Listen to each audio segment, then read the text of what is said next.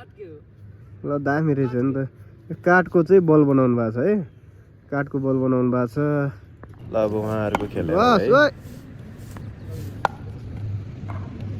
के हो खास यो गोलो चाहिँ के को यो चाहिँ के को बनाएको है हो बस यस तिमी पनि देखेको छ हामी त यहीसम्म घुम्न आएको खेल हेरिरहेको छु मैले ल तिम्रो नाम के हो नवीन बस दामी हान्दो रहेछ त ल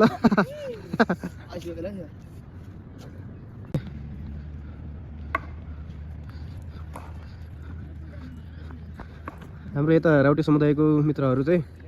ब्याडमिन्टन खेलिराख्नु भएको छ ल हानु मारौ खेलौँ न राम्रो छ